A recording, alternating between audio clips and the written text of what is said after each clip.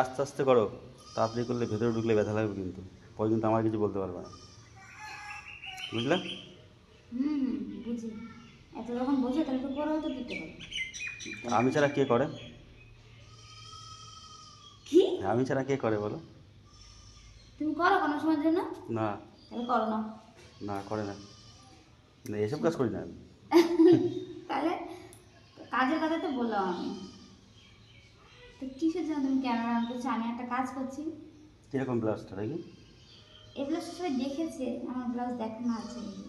এটা সেলাই করা হয়নি বলে পরা হয়নি। আমার তো অনেক, আমি তো অনেক মোটা, তার জন্যই আমার সব সেলাই করতে হয়। এটা আর এটাও সেলাই করতে হয়। এখন সেলাই করতে বসেছি, এখন কোনো কাজ নেই। সকালে খেয়ে দিয়ে বসলাম, আমরা বসে বসে সেলাইটা করে নিই। আবার কখন কোন শাড়ির সঙ্গে, একটা শাড়ি আছে, সেই শাড়ির সঙ্গে ভাবছি এই ব্লাউজটা পরবো, তো সেলাই করা নেই বলে শাড়িটাও আমি পরতে পারছি না। তাই এখন একটু বসে বসে একটু খুঁটিনাটি করি। এখন একজন এসে বলেছে কি, আস্তে আস্তে করো। মনে হচ্ছে ওনার গায়ে ব্যথা লাগছে, আস্তে আস্তে করো।